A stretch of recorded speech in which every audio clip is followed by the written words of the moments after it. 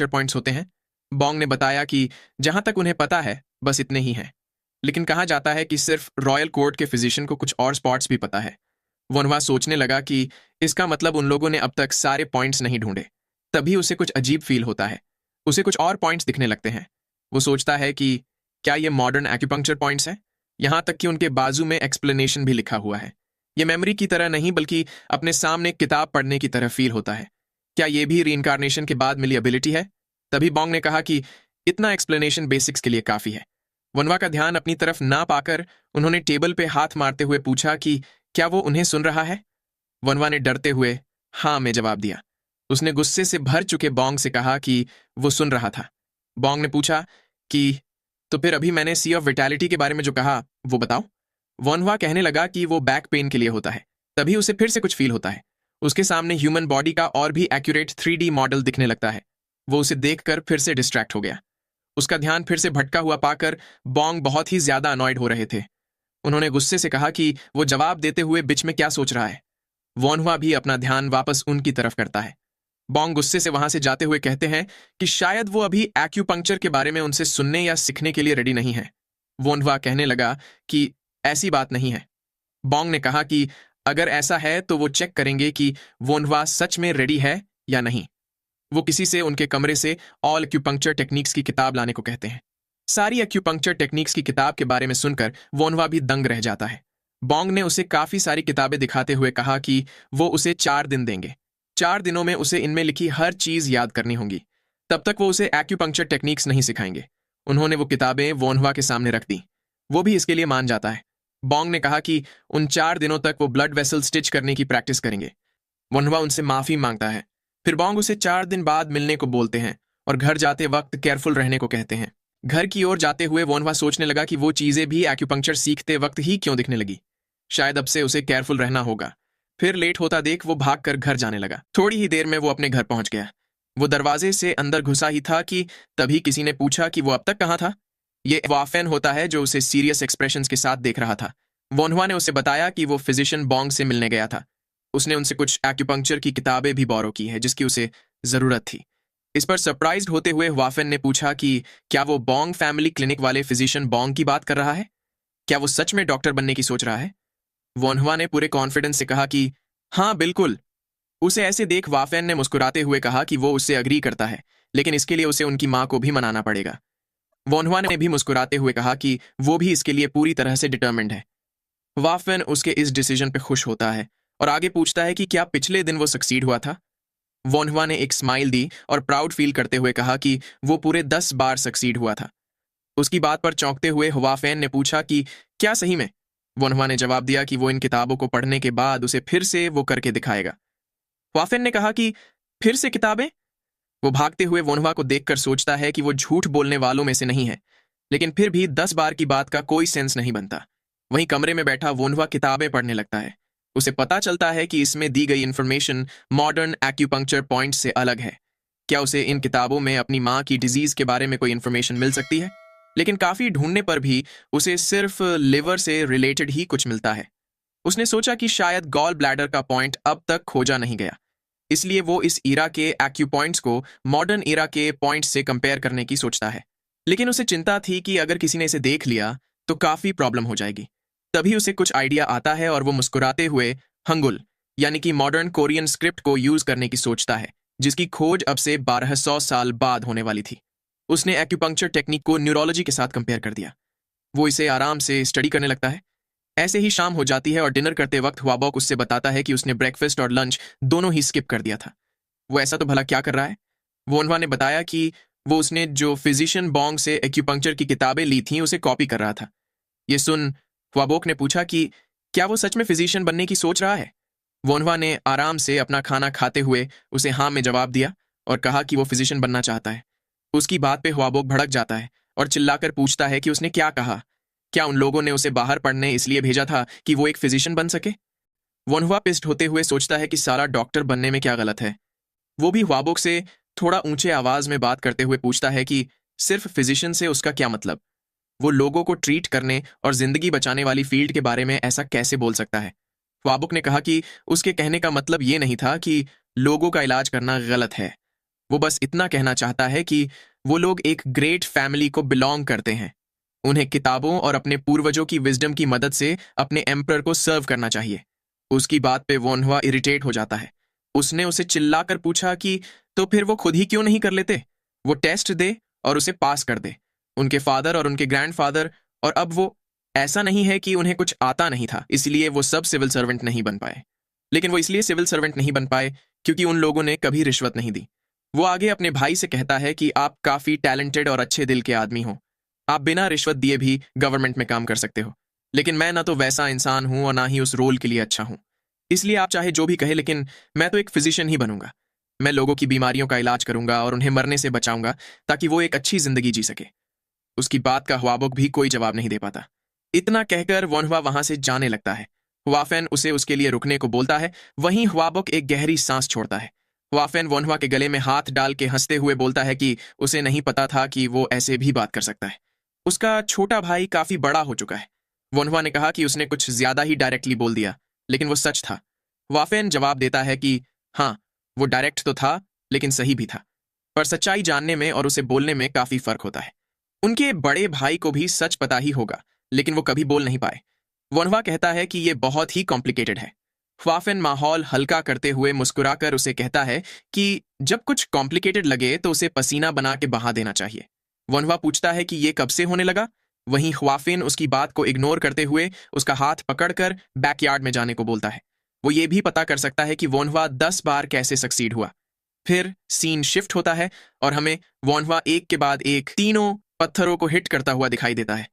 वो प्राउडली अपने भाई को बताता है कि देखो, मैंने स्टैब कर दिया। वाफिन भी उससे काफी इंप्रेस्ड हो जाता है। उसने टहनी पे और पत्थर लगाते हुए कहा कि उसे तो लगा था कि वोनहुआ के पास सिर्फ एकेडमिक टैलेंट ही है, लेकिन अब लगता है कि उसके पास मार्शल आर्ट्स का भी टैलेंट है। फिर वो अपनी सोर्ड के साथ पोजीशन लेते हुए बताता है कि अब इस बार 6 पत्थर होंगे। वो वोनहुआ को बिना कुछ मिस किए ध्यान से देखने को कहता है। वो तेजी से सोर्ड लेकर आगे बढ़ा और एक ही झटके में उन सारे पत्थरों को हिट कर दिया। वोनहुआ इम्प्रेस्ड होकर तालियां बजाते हुए कहता है कि ये तो काफी अमेजिंग है। वाफेन उसे कहता है कि अगर वो ये कर पाए तो वो बैंडिट्स के ग्रुप से भी आसानी से नहीं हारेगा, इसलिए उसे मेहनत से ट्रेन करना चाहिए। वोनहुआ भी उसे ठीक है कहता है। फिर वाफेन उसे बताता है कि अब वो उसे ब्लॉक करना सिखाएगा। वो दोनों ही सोर्ड के साथ आमने सामने खड़े हो जाते हैं। वाफेन उसे खुद पर अटैक करने को बोलता है। वोनहुआ ने सीरियस होते हुए सोचा कि उसने स्टैबिंग की काफी प्रैक्टिस करी है। वो तुरंत ही वाफेन की ओर बढ़ने लगता है, लेकिन वाफेन ने उसके सारे स्टैबिंग अटैक्स को डॉज कर लिया। वोनहुआ का अगला अटैक वाफेन ने अपनी सोर्ड की मदद से ब्लॉक कर दिया, लेकिन तभी वोनहुआ को कुछ रियलाइज होता है। उसे वाफेन के पीछे एक ब्लाइंड स्पॉट दिखता है। वो तुरंत ही अपनी सोर्ड उस स्पॉट पे स्टैब करने के लिए बढ़ाता है, लेकिन वाफेन उसके अटैक को फिर से ब्लॉक कर देता है। वोनहुआ ये देखकर दंग रह जाता है और कुछ कदम पीछे हटने लगता है। उसे यकीन नहीं हो रहा था कि उसके भाई ने इसे भी ब्लॉक कर दिया। वहीं वाफेन अब थोड़ा सीरियस होकर फाइट करने की सोचता है। वोनहुआ उससे थोड़ा दूर हटते हुए सोचता है कि उसे वाफेन से थोड़ा डिस्टेंस रखकर ओपनिंग मिलने का वेट करना चाहिए। इतना सोचकर वो पीछे हट ही रहा था कि तभी उसे अपने मुंह के पास सोड फील होती है। वो ये देखकर दंग रह गया। वो डरते हुए वाफेन से पूछता है कि वो यहाँ कब पहुंचा। वाफेन काफी खुश होकर उसकी तारीफ करते हुए कहता है कि उसकी फाइट अमेजिंग थी, उसे टेंशन नहीं लेना चाहिए क्योंकि वो बस उससे ही हारा है। वो उसकी थोड़ी देर पहले स्टैब करने के लिए की गई कोशिश की तारीफ करता है और सोचता है कि क्या ये बच्चा एक जीनियस है। वहीं वोनहुआ डिप्रेस होकर सोचने लगा कि वो अपने भाई को एक बार भी हिट नहीं कर पाया। वो पूछता है कि अगर वो अमेजिंग था तो उसने उसके सारे अटैक्स ब्लॉक कैसे कर लिए। वो हुआफेन को बताता है कि उसे अगले दिन मार्केट जाना है, इसलिए आज की ट्रेनिंग वो यही खत्म करेगा। हुआफेन उसे ठीक है कहता है और मेहनत से ट्रेनिंग जारी रखने को कहता है, क्योंकि अगली बार से वो डिफिकल्टी लेवल और बढ़ा देगा। वोनहुआ ठीक है कहकर जाने लगता है। वहीं हुआफेन सोचता है कि ये तो इतने बढ़िया मार्शल आर्ट्स टैलेंट का वेस्ट है। फिर सीन शिफ्ट होता है और हमें एक घर जैसा कुछ दिखाया जाता है जिसकी चिमनी से धुआं निकल रहा था। फिजिशियन बॉन्ग अंदर जाते हुए वहां बैठकर कुछ बना रहे आदमी से पूछते हैं कि क्या वो बिजी है। वो आदमी खड़ा होकर उनका वेलकम करता है और पूछता है कि वो कब आए। बॉन्ग वहां रखे सामान को देखते हुए बताते हैं कि वो बस अभी अभी ही आए हैं। वो आदमी उनके लिए चाय बनाने लगता है और पूछता है कि उन्हें इतनी देर रात को उसका क्या काम पड़ गया। बॉन्ग चाय पीते हुए उसे बताते हैं कि वो बस पूछना चाहते थे कि क्या वो उनके लिए कुछ चीजें बना सकता है। वो आदमी हंसते हुए पूछता है कि ऐसी तो कौन सी चीज है जो वो रिक्वेस्ट करने में इतना अनकंफर्टेबल फील कर रहे हैं। ये सुन बॉन्ग ने उसकी तरफ एक कागज बढ़ा दिया। उस कागज में ड्रॉ किए गए टूल्स देखकर उस आदमी ने पूछा कि ये क्या है। बॉन्ग ने उसे बताया कि ये लोगों का इलाज करने के टूल्स है।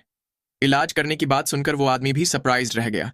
उसने बॉन्ग से पूछा कि क्या वो लोगों का इलाज करते वक्त इन टूल्स का इस्तेमाल करते हैं। बॉन्ग ने बताया कि इनका इस्तेमाल वो नहीं, बल्कि उनका स्टूडेंट वॉन हुआ करेगा। उस आदमी के वॉन हुआ के बारे में पूछने पर बॉन्ग उसे बताते हैं कि वो एक यंग लड़का है, लेकिन वो बहुत ही ग्रेट है।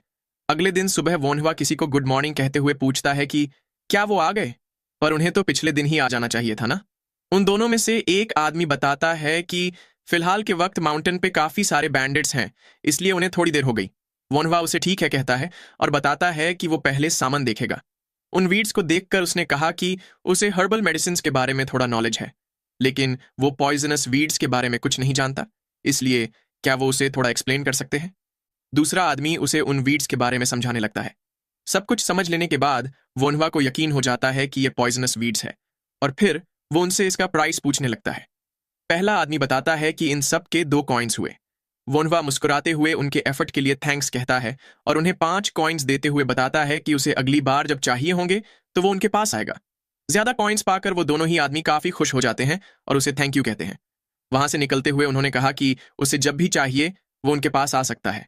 वोनवा भी उन्हें ठीक है कहकर वापस जाते हुए अपना ख्याल रखने को कहता है। उन वीड्स को पकड़कर वो सोचता है कि इतना अमाउंट एक्सपेरिमेंट्स के लिए काफी होगा। अब वो एनेस्थीसिया बना सकता है। फिर वो वहीं पिछले दिन वाली बस्ती में पहुंच जाता है। लोगों से उस आदमी के घर का पता पूछते हुए वो उसके घर तक पहुंच जाता है। वो एक्सक्यूज मी कहते हुए घर के अंदर जाने लगा। बेड पर लेटा आदमी भी उसे मिस्टर फिजिशियन कहते हुए अंदर आने को बोलता है। वो वॉनहुआ से माफी मांगता है क्योंकि उसकी वजह से उसे ऐसी जगह पे आना पड़ा। तभी वॉनहुआ का ध्यान किसी चीज पर गया। वहां पिंजरे में कुछ चूहे पकड़ कर रखे हुए थे। उसे पिछले दिन वाला वो बच्चा याद आता है और वो इम्प्रेस होते हुए सोचता है कि उसने काफी सारे चूहे पकड़ लिए हैं। फिर वो उस आदमी के पास जाते हुए पूछता है कि उसका पैर कैसा है। उस आदमी ने कहा कि वो ठीक है। वनवा उसके पैर से पट्टी निकालते हुए देखने लगता है। उस पे इन्फेक्शन हुआ देखकर उसने मन ही मन कहा कि उसे पता था कि ऐसा कुछ होगा, क्योंकि घाव को अल्कोहल से डिसइंफेक्ट नहीं किया गया था। उसने अपने पास से लिकर की बोतल निकाली और उसे डिसइंफेक्ट करने का सोचा। वहीं वो आदमी बोतल देखकर काफी खुश हो जाता है और पूछने लगता है कि क्या ये अल्कोहल है। ये पक्का अल्कोहल है। वनवा ने पूछा कि क्या उसे अल्कोहल पसंद है। वो आदमी मुंह से लार टपकाते हुए कहता है कि वो पैसों की कमी के चलते उसे पी नहीं पाता। वोनवा ने एक कपड़े के टुकड़े पर लिकर डालते हुए कहा कि इस अल्कोहल का इस्तेमाल घाव को डिसइंफेक्ट करने के लिए किया जाएगा। वो आदमी पूछने लगा कि क्या वो बचा हुआ अल्कोहल पी सकता है। वोनवा ने मुस्कुराते हुए कहा कि अगर वो चाहे तो पी सकता है, पर फिर उसने ईवल स्माइल देते हुए कहा कि लेकिन उसके बाद उसे उसका पैर घुटनों के नीचे से काटना पड़ेगा। वो आदमी डरते हुए मना करने लगता है। डिसइंफेक्शन हो जाने के बाद वो उस आदमी को बताता है कि अब वो चूहों के साथ कुछ करेगा। वो आदमी उसे वो जो चाहे करने के लिए कहता है। वोनवा चॉपस्टिक से वीड्स पकड़कर चूहे के पास ले जाते हुए मन ही मन उन्हें इसे खा लेने को कहता है। उसके पास सिरिंज भी नहीं थी, इसीलिए उसे यह बहुत ही मुश्किल लगता है। वो आदमी पूछने लगा कि क्या वो उन चूहों को पॉइजन से मारने की कोशिश कर रहा है। वोनवा ने बताया कि वो बस कुछ टेस्ट कर रहा है। वो ऐसी हर्बल मेडिसिन ढूंढ रहा है जो किसी को कुछ देर के लिए बेहोश कर सके। वो उस आदमी से पूछता है कि क्या वो ऐसे किसी को जानता है जिसे पॉइजनस वीड्स के बारे में पता हो। उस आदमी ने बताया कि वो पॉइजनस वीड्स के बारे में जानता है, लेकिन उसे ऐसी किसी चीज के बारे में नहीं पता। तभी वो बच्चा घर आ जाता है। वहां वोनहुआ को देखकर वो सरप्राइज्ड हो गया। वहीं वोनहुआ उसे देखकर खुश हो जाता है। उसने उसकी तरफ लिकर की बोतल बढ़ाते हुए कहा कि उसे डिसइंफेक्टेंट के लिए पानी की जगह इस अल्कोहल को यूज करना चाहिए। वो बच्चा झिझकते हुए कहता है कि लेकिन ये तो काफी महंगा होगा, और अगर उसके पापा ने इसे पी लिया तो। वनवा ने उस आदमी को ईवल लुक देते हुए कहा कि अगर ऐसा कुछ हुआ तो ज्यादा दिक्कत की बात नहीं है, उन्हें बस उसका पैर काटना होगा। वो आदमी भी डरते हुए कहने लगा कि वो उसे नहीं पिएगा। वनवा उस लड़के को साथ में काम करने को कहता है। यहां पर हमें इस लड़के का नाम पता चलता है। इसका नाम होता है ओबो। वनवा उसके साथ बाहर जाते हुए पूछता है कि क्या यहाँ आस पास कोई खाली घर है। ओबो ने हाँ में जवाब देते हुए कहा कि अगर वो चूहों के साथ एक्सपेरिमेंट करना चाहता है तो वो इस घर का यूज कर सकता है। ओबो उसे उंगली के इशारे से वो घर दिखाता है। उसके अंदर जाते उसने बताया कि यहाँ एक दादी माँ अपनी पोतियों के साथ रहती थी, लेकिन उनके मर जाने के बाद पोतियों को ब्रॉथल जाना पड़ा। वनवा ने सोचा कि हर कोई मुश्किल हालातों से गुजर रहा है। वो दोनों बैठकर चूहों के पिंजरे को देखने लगे। वनवा ने पूछा कि वो पॉइजन को राइस में कोट करके चूहों को कैसे खिला सकता है। ओबो ने पूछा कि क्या वो ऐसे ही नहीं खाएंगे, क्या चूहे इतने स्मार्ट होते हैं। वनवा ने बताया कि वो स्मार्ट नहीं होते, लेकिन ये पक्का उनकी इंस्टिंक्ट्स होंगी, वो उसे खाते ही नहीं है। ओबो ने अपना 900 आईक्यू लगाते हुए कहा कि क्या होगा अगर हम पॉइजन उनके मुंह में इतना अंदर डाल दे कि वो उसे बाहर निकाल ही ना पाए। वोनवा भी इस आइडिया पे खुश होते हुए कहने लगा कि तो फिर वो खुद उसका मुंह खोलेगा और ओबो उसके मुंह में खाना डालेगा। वोनवा मुश्किल से चूहे को पकड़ते हुए ओबो से जल्दी करने को कहता है। ओबो भी उसे खिलाने की कोशिश करते हुए कहता है कि वो ट्राई कर रहा है। ऐसे ही करते हुए उन्होंने चूहे को चावल के 5 दाने खिला दिए। चूहे को होश खोता देख वोनवा ने कहा कि ये तो सही में इफेक्टिव है। ओबो ने बताया कि उसे नहीं लगता कि ये बच पाएगा। वो अब की बार 4 दाने ट्राई करने को कहता है। ऐसे ही करते करते उन्होंने 3 चूहों को निपटा दिया। वोनवा बाकी बचे चूहों को देखकर सोचने लगा कि क्या LD50 चावल के 2 दाने जितना है। उसे ये काम काफी लंबा लग रहा था। उसने खड़े होते हुए ओबो से वहीं रुककर देखने को कहा कि चूहे कैसे मरते हैं। ओबो ने कहा कि लेकिन उसे तो अगले दिन सुबह काम पे जाना है, इसलिए उसे जल्दी सोना होगा। वनवा ने मुस्कुराकर उसके हाथ में 5 कॉइन देते हुए कहा कि ये उसके अगले दिन के काम के लिए, अब उसे कहीं और काम पे जाने की जरूरत नहीं पड़ेगी। ओबो कहने लगा कि 5 कॉइन्स तो काफी ज्यादा है। वनवा ने वहां से बाहर निकलते हुए कहा कि ये उसका डिसीजन है, क्योंकि वो खुद पैसे दे रहा है। फिर सीन शिफ्ट होता है और हमें हुआ रेजिडेंस दिखाई देता है। वनवा घर पहुंचकर गहरी सांस लेता है। तभी किसी ने उसके गले में हाथ डालते हुए पूछा कि क्या वो वापस आ गया। ह्वाफेन उसे फिर से ट्रेनिंग करने को कहता है। वोनवा ने कहा कि वो काफी थक चुका है, लेकिन ह्वाफेन ने उसे साथ ले जाते हुए कहा कि वो अभी थकने के लिए काफी छोटा है। ऐसे ही वो दोनों फिर से बैकयार्ड में आमने सामने खड़े हो गए। ह्वाफेन ने पूछा कि क्या उसे जो पिछले दिन उसने ब्लॉकिंग टेक्निक दिखाई थी वो याद है। वो अपनी सोर्ड के साथ रेडी होते हुए वोनवा को वही टेक्निक ट्राई करने को कहता है। वोनवा पहले तो अनॉयड होते हुए उसे खुद को रेडी होने के लिए थोड़ा टाइम देने को कहता है, लेकिन बाद में अपनी पोजीशन लेकर ट्राई करने के लिए रेडी हो जाता है। ह्वाफेन ने उसे देखकर स्माइल दी और फिर तुरंत ही उसकी ओर झपट पड़ा। उसको इतना तेजी से आता देख वनवा हैरान रह जाता है। ह्वाफेन की सोर्ड से ब्लू एनर्जी निकलने लगती है। ये देखकर तो वनवा और भी सरप्राइज्ड हो जाता है। उसे समझ नहीं आ रहा था कि ये क्या है, लेकिन फिर भी उसने अपनी सोर्ड रेडी कर ली। उसने सोर्ड स्विंग करके ह्वाफेन का पहला अटैक ब्लॉक कर दिया। ये देखकर ह्वाफेन तुरंत ही पीछे हटने लगता है। उसे यकीन नहीं होता कि वोनवा ने उसे ब्लॉक कर दिया। वहीं वोनवा पूछता है कि उसने अभी अभी क्या किया। उसे अपनी तरफ कुछ आता हुआ दिखा था, लेकिन ह्वाफेन अभी भी पूरी तरह से हैरान यही सोच रहा था कि उसने इसे ब्लॉक कैसे कर लिया। ये अब्सर्ड है। आखिर ये बच्चा चीज क्या है। उसने वोनवा से कहा कि उसने एक्सपेक्ट नहीं किया था कि वो इनर एनर्जी भी ब्लॉक कर सकता है। वोनवा इनर एनर्जी का नाम सुनकर सरप्राइज्ड होते हुए पूछने लगा कि क्या ये वही गोकू वाली एनर्जी है। ह्वाफेन ने बताया कि इसे इनर क्यूई टेक्निक भी कह सकते हैं। वोनवा की आंखें ये सुनकर चमक उठी और वो अपने भाई से पूछने लगा कि क्या वो उसे भी ये टेक्निक सिखाएगा। ह्वाफेन उसे टालते हुए इस बारे में बाद में कभी बात करने को कहता है। वो उसे बताता है कि पहले उसे ट्रेन होना पड़ेगा।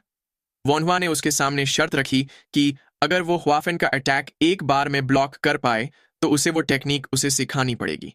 ह्वाफेन स्मर्क करते हुए उसे एरोगेंट बच्चा कहता है। उसने तुरंत ही वोनवा पर अटैक कर दिया। वोनवा ने उसके 2 अटैक्स अपनी सोर्ड से ब्लॉक कर दिए, लेकिन बाकी के 2 अटैक उसे लग जाते हैं। ह्वाफेन सोचने लगा कि क्या इसने फिर से ब्लॉक कर दिया। वोनवा अफसोस जताता है कि वो 2 बार हिट हो गया। ह्वाफेन ने पूछा कि क्या वो अभी से थक गया। वोनवा ने कहा कि वो अपने छोटे भाई पे कुछ ज्यादा ही हार्ड हो रहा है। ह्वाफेन उसे देखकर सोचने लगा कि ये बच्चा वाकई में अलग है। उसने खुद ये करने के लिए सालों तक ट्रेनिंग की थी, लेकिन ये बस कुछ ही दिनों में इसे सीख गया। फिर वो वहां से जाते हुए कहने लगा कि अभी के लिए इतना काफी है। वो वोनहुआ को अपने साथ होंगसियोइन चलने को कहता है, क्योंकि वो उसके लिए कुछ डिलीशियस खरीदना चाहता है। वोनहुआ ने कहा कि वो काफी थक चुका है, तो क्या वो यहीं रुक सकता है। वाफेन ने कहा कि वो जब से बाहर से पढ़ाई करके आया है वो कभी उसके साथ बाहर नहीं गया, इसलिए चलो। वो हंसते हुए उसे जल्दी चलने को कहता है, क्योंकि उसे भूख लगी है। वहीं वोनहुआ इरिटेट होकर सोचने लगा कि ये बंदा कभी किसी की नहीं सुनता। फिर हमें शहर का सीन दिखाया जाता है। भीड़ के बीच चलते हुए वाफेन वोनहुआ से पूछता है कि वो क्या खाना चाहता है। वोनहुआ ने कहा कि उसे नूडल्स भी चलेंगे। वाफेन ने पूछा कि उसे क्या लगता है उसका भाई कौन है, वो लोग मीट खाएंगे। खाने की टेबल पर बैठकर ह्वाफेन ने वोनहुआ को ड्रिंक करने के लिए कहा, लेकिन अपने बड़े भाई को बताने से मना किया कि उसने उसे अल्कोहल दिलाया था। वोनहुआ भी उसकी बात मान जाता है। वो अपने भाई को ड्रिंक सर्व करने लगा। वो खुश होते हुए उसे पहली ड्रिंक के लिए टोस्ट करने को कहता है। वाफेन को समझ नहीं आता कि यह टोस्ट क्या होता है। वो सोचने लगा कि यह बच्चा पक्का बाहर से अजीब चीजें सीख कर आया है। वोनहुआ अपने भाई को टोस्ट करना सिखाते हुए कहता है कि वो तो बस सेलिब्रेट करना चाहता है, क्योंकि ये उसके साथ पहली ड्रिंक है। वाफेन भी उसकी बात सुनकर खुश हो गया। दोनों ने ही साथ में चीयर्स किया और अपनी अपनी ड्रिंक पीने लगे। वोनहुआ को यह काफी अच्छा लगता है, क्योंकि उसे पिए हुए काफी टाइम हो चुका था। तभी कोई चिल्लाकर किसी को गाली देता है। वोनहुआ सोचने लगा कि उसे लगा ही था कि कुछ दिनों से कुछ ज्यादा ही शांति है। किसी के बीच में लड़ाई होने लगती है।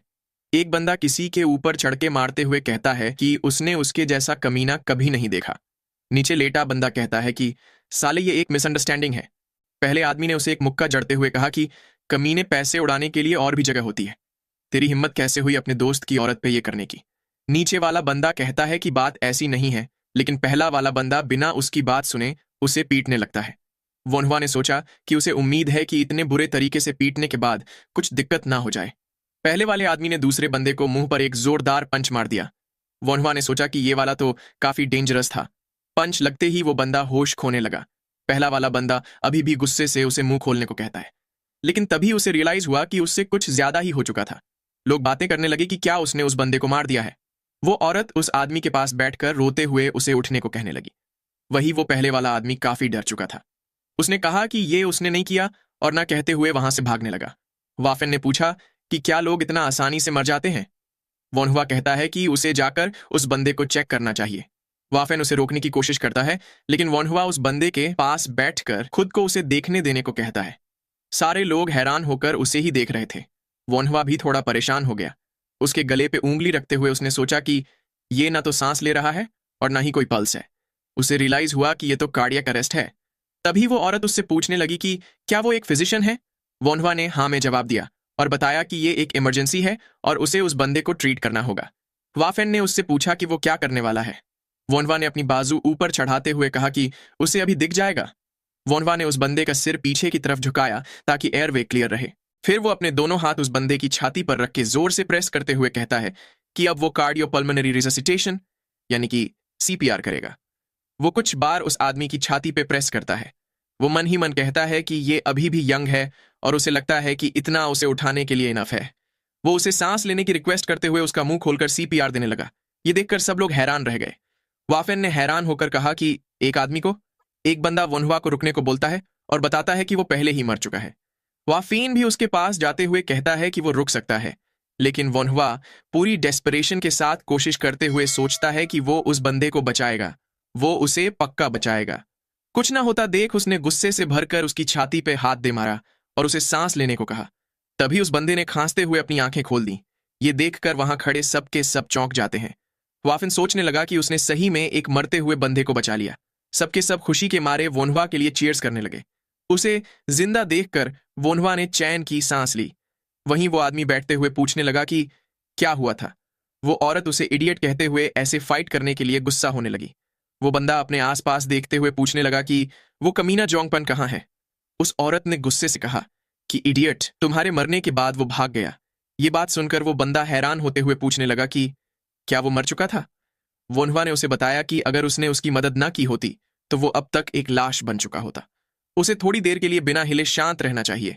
वो बंदा उसे सर कहते हुए पूछने लगा कि क्या अभी उन्होंने उसे बचाया था, लेकिन कैसे।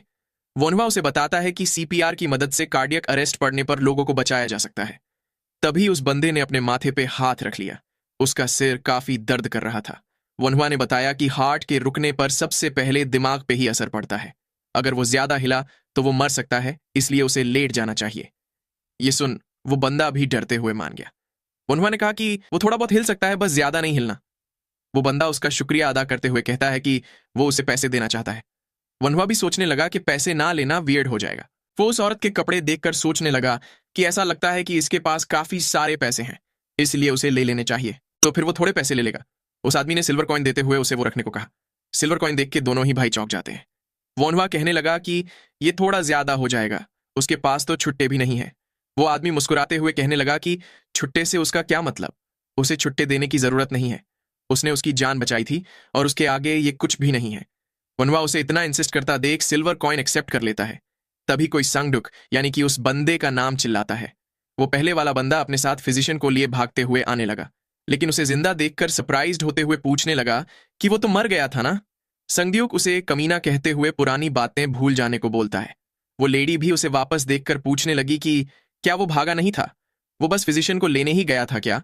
वो उसे गुस्से से डांटने लगी। वहीं वोनहुआ अपने भाई को वहां से चलने को कहता है। दूसरा फिजिशियन सांग दोक को चेक करने लगा।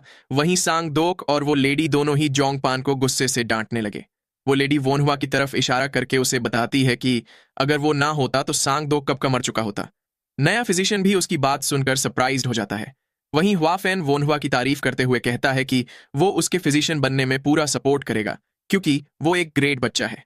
वोनहुआ भी कहने लगा कि उसने तो बस अपना फर्ज निभाया था। तभी उन्हें कोई बुलाता है। वो तीनों ही लोग उसे दिल से थैंक यू कहने लगते हैं। पहले वाला आदमी उसे बताता है कि उसका नाम जोंग पान है और वो सॉन्ग फैमिली इंडस्ट्री से बिलोंग करता है। वो वोनहुआ से अपने दोस्त को बचाने के लिए थैंक यू कहता है। वोनहुआ भी उसे अपना नाम बताता है और कहता है कि वो हुआ फैमिली से बिलोंग करता है। जोंग पान उसकी तरफ 2 सिल्वर कॉइन्स बढ़ाते हुए अपना ग्रेटिट्यूड दिखाता है। वोनहुआ ने उसे लेने से मना करते हुए कहा कि उसने पहले ही फीस ले ली है। जोंग पान ने कहा कि सांगदोक के पैसे सांगदोक के हैं, लेकिन ये पैसे वो अपनी गलती सुधारने के लिए दे रहा है, इसलिए वो प्लीज इसे ले ले। वोनहुआ भी उसके इतना इंसिस्ट करने पे मान जाता है। वो तीनों ही उसे ग्रीट करते हुए वापस जाने लगते हैं। वोनहुआ भी उन्हें अपना ख्याल रखने को बोलकर ग्रीट करता है। तभी वो नया प्रोफेसर उसके पास आते हुए पूछता है कि वो कौन है, क्या उसका नाम फिजिशियन वोनहुआ है। उसने उन जाते हुए तीनों की ओर इशारा करते हुए पूछा कि वोनहुआ ने उस लड़के को कैसे बचाया। उसकी पल्स चेक करने के बाद वो सुनिश्चित था कि वो मर चुका था। वोनहुआ सोचने लगा कि ये लोग पल्स चेक करके इतना कुछ कैसे पता लगा लेते हैं। उसने उस नए फिजिशियन को सीपीआर के बारे में बताया। उसने एक्सप्लेन करते हुए कहा कि ये एक ऐसा मेडिकल आर्ट है जो प्रेशर की मदद से हार्ट और लंग्स को फिर से शुरू कर देता है। नए फिजिशियन ने पूछा कि उसने ऐसा मेडिकल आर्ट्स कहाँ से सीखा। वोनहुआ ने कोई और जवाब ना पाकर कहा कि ये उसने खुद से स्टडी करते हुए सीखा था। उसकी खुद से सीखने की बात पे नया फिजिशियन पूरी तरह से शॉक्ड हो गया। वो पूछने लगा कि क्या ये उसने खुद इन्वेंट किया है। वो तो काफी यंग लग रहा है। वोनहुआ ने मुस्कुराते हुए बताया कि उसने तो बस डिफरेंट बुक्स पढ़ के ही सब सीखा है। नए फिजिशियन ने खुद को इंट्रोड्यूस करते हुए बताया कि उसका नाम सियोक पिल है। सियोक पिल वोनहुआ की भर भर के तारीफ करने लगता है। वो उसे रिक्वेस्ट करते हुए खुद को ये सीपीआर मेथड सिखाने के लिए कहता है। वोनहुआ उसकी रिक्वेस्ट सुन के थोड़ा सरप्राइज फील करता है। वहीं हुआफेन ये सब देखकर खुश था। उसे वोनहुआ काफी अमेजिंग लगता है। तभी सियोक ने 10 सिल्वर कॉइन्स बढ़ाते हुए कहा कि वो इस मेथड को सिखाने के लिए उसे पैसे भी देगा। इतने सारे सिल्वर कॉइन्स देखकर वोनहुआ शॉक्ड रह गया। उसने उन कॉइन्स को देखते हुए सोचा कि उसे पैसों की जरूरत तो है, मगर उसे इसके लिए पैसे लेना ठीक नहीं लग रहा। उसे ये मेथड बस सीखा देनी चाहिए ताकि वो कम से कम एक और बंदे की जान तो बचा सके। वोनहुआ ने पैसे लेने से इनकार करते हुए कहा कि इसकी कोई जरूरत नहीं है। वो अगले दिन दोपहर को फिजिशियन बोंग के क्लिनिक पे आ सकता है। सियोक भी खुश होते हुए इसके लिए मान जाता है और अगले दिन मिलने को कहकर वहां से निकलने लगता है। वोनहुआ ने अपनी जगह बैठते हुए कहा कि आखिर अब जाकर थोड़ी शांति हुई। तभी हुआफेन मुस्कुराते हुए उसे पूछता है कि क्या वो सही में उसका छोटा भाई ही है ना। अब वो दूसरे फिजिशियंस को भी सिखाने लगा है। ये तो वाकई ग्रेट है। वोनहुआ ने भी मुस्कुराते हुए कहा कि वो उसी का छोटा भाई है। फिर दोनों ही भाई एक दूसरे को चीयर्स करके ड्रिंक करने लगे। अगले दिन वोनहुआ फिर से वही बस्ती में पहुंच गया। वो सोचने लगा कि उसने जो चूहे ओबो के साथ छोड़े थे उनका क्या हुआ होगा। घर के अंदर जाते हुए वो उस आदमी से पूछता है कि अब उसका पैर कैसा है। वो आदमी भी उसे देखकर बैठने लगा। वोनहुआ ओबो को वहां ना पाकर पूछता है कि क्या वो कहीं गया है। उस आदमी ने बताया कि उसे कुछ एक्सप्लेन करना था, इसीलिए वो अपने काम की जगह पे गया है। वोनहुआ ने सोचा कि ओबो इतना यंग होने के बावजूद भी काफी हार्ड वर्किंग है। वो उस आदमी के पैर से पट्टी खोलते हुए चेक करने लगता है। उसका इन्फेक्शन ठीक हो चुका देखकर वोनहुआ ने बताया कि उसने काफी अच्छे से डिसइंफेक्ट किया है। उस आदमी ने कहा कि उसने फ्रीक्वेंटली डिसइंफेक्ट किया था। तभी कुछ याद करते हुए उसने कहा कि ओबो ने उससे वोनहुआ को कुछ कहने को बोला था। जिस चूहे ने एक चावल का दाना खाया था वो तकरीबन 6 घंटे बाद मरा था। ये सुनकर वोनहुआ ने सोचा कि ये तो प्रॉब्लम की बात है, अगर वो एक दाने से भी मर गया। फिर उसने उस आदमी को फिर से पट्टी लगाकर कहा कि अब वो बाद में आएगा। वो आदमी भी उसे वापस जाते वक्त अपना ख्याल रखने को कहता है। वोनहुआ फिर से उस खाली घर में पहुंच गया। वो पिंजरे में बंद एक चूहे को देखकर सोचने लगा कि उसे इसे काटना होगा, लेकिन उसके पास काफी कम चूहे बचे हैं। वो कुछ ज्यादा नहीं कर सकता क्योंकि 5 में से बस एक ही चूहा सरवाइव कर पाया है। तभी वहां ओबो आ जाता है।